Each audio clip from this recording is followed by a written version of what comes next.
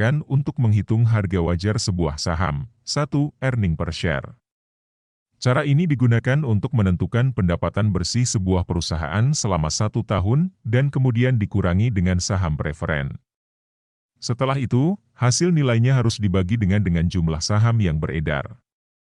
Jika semakin besar nilai earning per share sebuah perusahaan, tentunya makin baik juga nilai sahamnya. Dari perhitungan earning per share, kamu bisa tahu prospek pendapatan perusahaan dari tahun ke tahun. Sebagai contoh, perusahaan XYZ memiliki nilai saham dengan earning per share sebesar Rp300. Artinya, nilai saham tersebut akan menghasilkan laba sebesar Rp300 untuk setiap lembar sahamnya.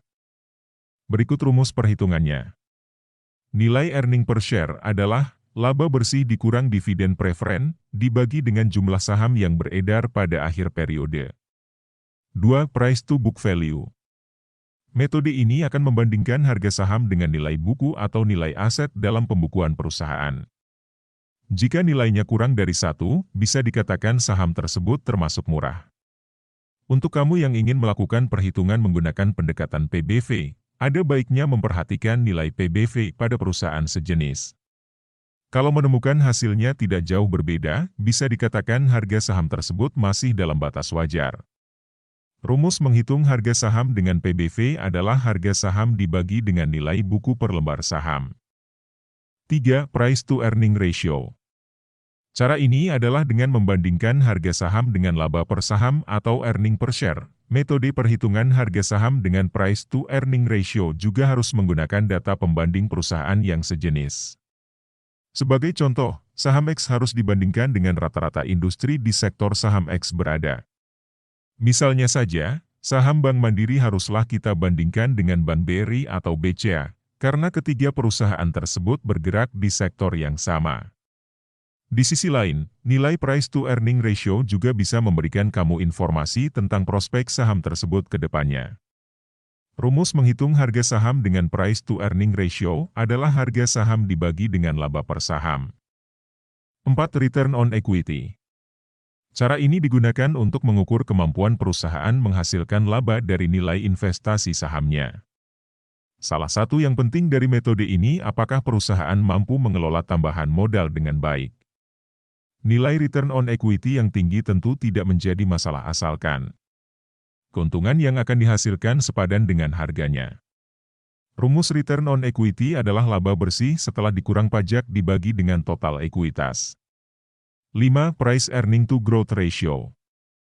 Langkah lain yang bisa kamu gunakan untuk mengukur harga saham yang wajar adalah metode price earning to growth ratio.